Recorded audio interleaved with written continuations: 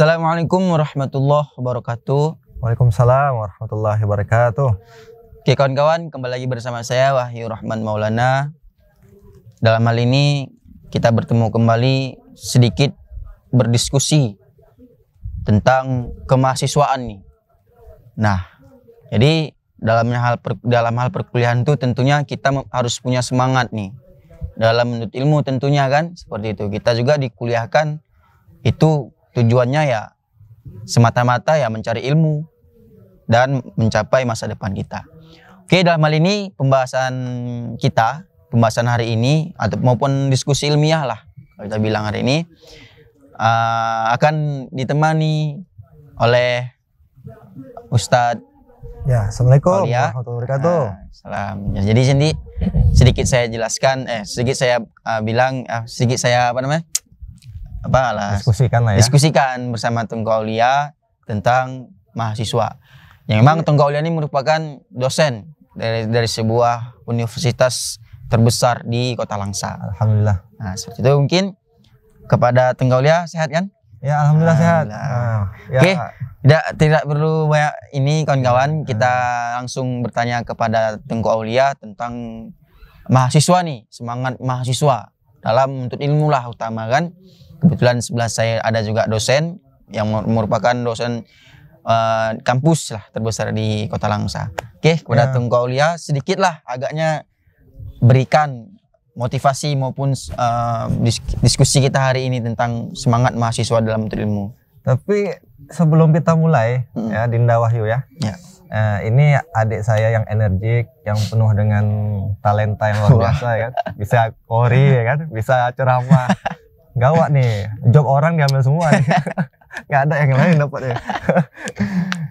Jadi ceritanya gini, kita berada di mana dulu nih? Karena suasananya sejuk kali nih ya. Saya pun nggak tahu nih. Oke kawan-kawan, jadi kan nih? Diskusi kita hari ini dibawa kemana saya tadi ya? Kami berada di hutan kota lah. Bisa dibilang yang juga pusat pariwisata. Ya luas sekali nih ya. Luas. Wah, saya ini nggak nyangka ini ada tempat eksotik begitu luar biasa di Kota Langsa nih. Alhamdulillah Bang. Jadi kan berarti Kota Langsa nih udah perkembangannya maju lah ya kan. Nggak salah saya jauh-jauh dari Banda Aceh kan, Melanglang Buana ya kan. Luar biasa ya. Iya. Saya teringat gini, Dinda Wahyu ya. Iya. Saya teringat masa-masa pakai alma mater ya kan. Saya sempat kuliah di Unsia. Iya. Ya sempat kalau diceritakan panjang lebarnya, sempat kejar sama tsunami lah ya. Karena saya kuliah itu waktu tahun tsunami 2004.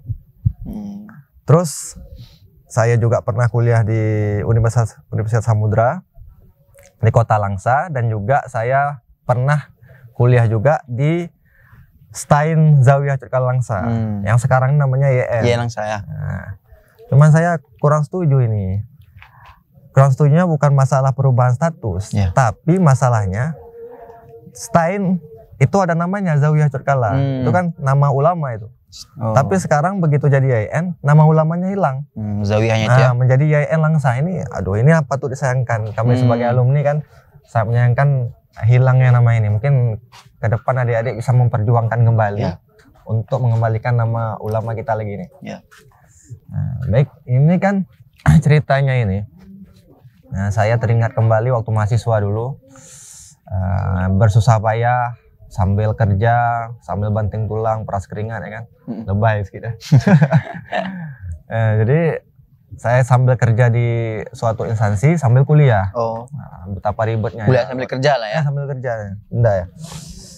Jadi nuansa untuk kuliah ini di samping kita kerja, di samping kuliah, sambil kita mengelola organisasi ini sangat luar biasa capek dan letih ya. Betul. Tapi bagaimana niat pertama nih? Innamal a'malu binniyat. Ingat kan? Itu kan hadis. Kalau namanya hadis ini adalah perkataan Nabi. Nah, sesungguhnya perbuatan itu dimulai dengan niat. Makanya kalau kita niat ikhlas, insya Allah lelah itu jadi lillah. Lelah itu jadilah dan menjadi kenikmatan. Jadi ketika saya kuliah dulu, saya banyak menemukan tantangan, dinamika ketika berorganisasi, ketika kuliah. ketika bekerja. Hmm.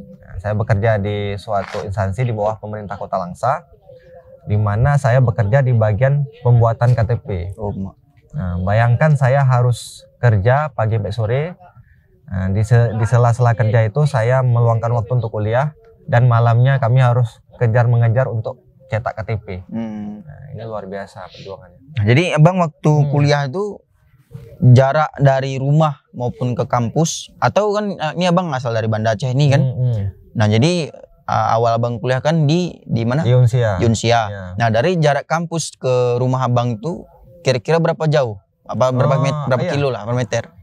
Waktu saya kuliah pertama kali di Unsia itu antara rumah dengan tempat perkuliahan itu bisa ditempuh dengan jalan kaki. Nah, dulu kan kita ini nggak manja, walaupun jauh jalan kaki ya kan.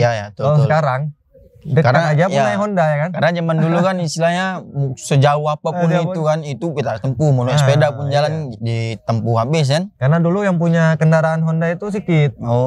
Jadi Honda itu yang punya ya orang-orang kaya lah. Iya itu. Sedangkan ya saya ini orang yang menengah ke bawah. Jadi gitulah. Iyalah. Jadi dinamika, jauh lah ya. Jalan kaki. Jalan kaki itu. Berarti bang. Ya. Teringatlah sedikit tentang kisah daripada Imam Syafi'i ini, dari mengulik sejarah kembali dari cerita abang tadi kan, bahwasanya abang ke kampus pun itu jalan kaki jauh dan sebagainya. Jadi ada sebuah ulama besar nih yang hari ini sampai kita kenang dan kita ikuti ajarannya, yaitu Imam Syafi'i ini kan. Imam Syafi'i itu kayak apa coba semangatnya untuk ilmu gitu kan, sampai dia direlakan sama emaknya itu untuk pergilah merantaulah cari ilmu. Tapi alhamdulillah akhirnya hasilnya hari ini terbukti gitu kan, menjadi seorang ulama besar di dunia bahkan. Ulama mazhab terbesar. Ulama mazhab bahkan kan gitu. Jadi ya kembali lagi lah ke pembahasan kita awal tadi, seperti yang kisah abang tadi lah kan dalam jadi seorang mahasiswa dulu. Jadi kuncinya saya, karena tadi Dinda menyinggung Imam Syafi'i, saya teringat kisah beliau ketika berangkat untuk menuntut ilmu. Itu beliau, kunci sukses beliau sebenarnya satu hal yang paling besar. Apa itu? Yaitu kunci sukses beliau adalah selalu mendengarkan kata ibunya, kata orang tua. Nurut lah ya, sama orang tua ya. Jadi ketika orang tua melepas beliau, itu ibu beliau itu memberikan uang sekitar 40 dinar. 40 dinar tuh berarti kalau dirupiahkan berapa? 40 dinar itu lebih kurang 40 juta sekarang. Besar ya. Karena kan dinar tuh emas ya? Iya emas. Karena kan besar itu. Sekarang kan kita mata uang rupiah ini termasuk mata uang yang paling rendah di dunia. Cuman kita cerita ini ya yang pesimis lah intinya. Mudah-mudahan rupiah kembali menguat ya kan. Seperti itu. Jadi Imam Syafi'i itu sudah dibekali modal yang cukup, dan dipesankan sama orang tua, sama mamanya, sama ibunya. Nak, kalau misalnya nanti di perjalanan ada yang bertanya, kamu harus jujur. Nah, dimanapun kamu berada, kamu harus menjadi orang yang jujur. Jadi Imam Syafi'i menurutilah kata ibunya. Di tengah perjalanan ada perampok ceritanya. Nah, jadi mereka sekumpulan, gerombolan musafir, membawa barang macam-macam lah. Jadi dirampok itu ceritanya. Dirampok. Jadi ini luar biasa, ada adik-adik ini ya. Adik-adik sekolah ya. Studitur. Tempat wisata ini berarti banyak sekali dikunjungi ya. Luar biasa ya. Jadi kita kembali lagi. Jadi kembali lagi Imam Syafi'i itu akhirnya dirampok lah ceritanya. Dirampok, dan ketika ditanyakan oleh perampok tersebut, tanyakan Imam Syafi'i ini usianya kita katakanlah masih remaja. Ditanya, "Dek, kamu bawa apa?" Kamu bawa uang. Dijawab sama Imam Syafi'i karena disuruh jujur tadi. "Ada, saya bawa." Di mana uangnya? "Ada di saku saya." Begitu jujurnya sampai perampok ini nggak percaya. Padahal harusnya kan perampok percaya, ini nggak percaya. Kenapa?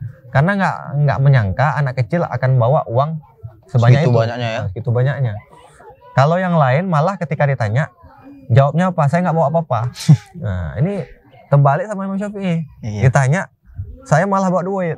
Yang lain ditanya, saya nggak bawa apa-apa. Ketika diperiksa ada barang gitu. Jadi ceritanya langsung Imam Syafi'i berkata jujur dan perampok ini lapor ke bosnya. Ya. Tuh, ketika lapor bosnya, bos ini sudah kami periksa semuanya, barang-barangnya udah kami sita semua. Cuma satu anak ini aneh dia bilang ada bawa uang. Tapi kami nggak percaya. Masa anak sekecil tuh bawa uang banyak ini? Nggak percaya kami. Kau pun ada-ada aja. Periksa dulu katanya. Ini bos perampok ya kan. Kita diperiksa lagi ternyata betul jujur berarti anak ini. Iya. Terkejut perampok itu. Ditanya sama Imam Syafi'i.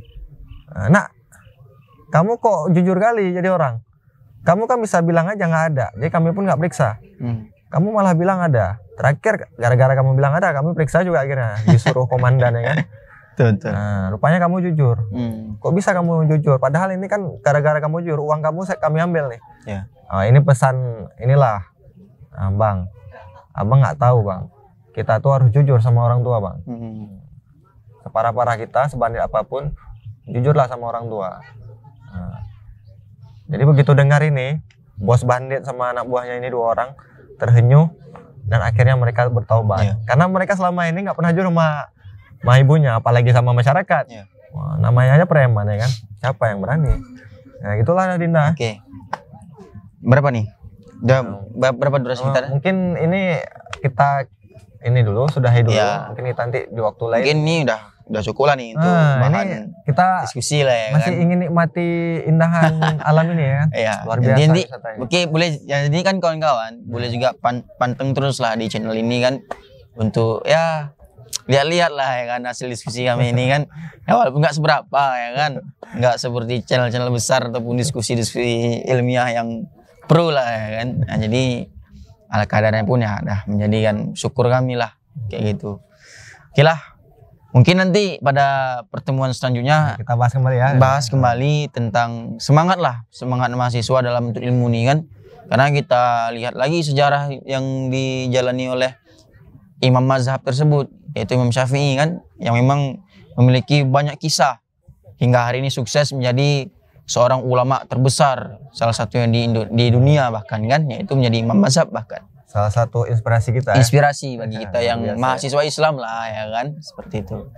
Oke, sampai di sini mungkin kawan-kawan diskusi kita. Insya Allah panjang umur kita akan bertemu kembali pada diskusi-diskusi ilmiah lainnya, tentunya akan berkaitan dengan kemahasiswaan juga, seperti itu. Oke, terima kasih Bang atas pertemuannya hari ini, atas ya pemaparan ilmu-ilmunya lah yang disampaikan. Makasih udah dibawa kemari lah ya. Ya. Nah, makasih banyak lah. Mungkin hanya sekian lah Bang yang saya tanyakan lah kepada Bang kan tentang semangat mahasiswa dalam ilmu. Kurang lebih ya kami mohon maaf. Kami akhiri. Assalamualaikum warahmatullahi wabarakatuh. Waalaikumsalam. Insyaallah Bang nanti panjang umur di kami main sana. Oke, boleh.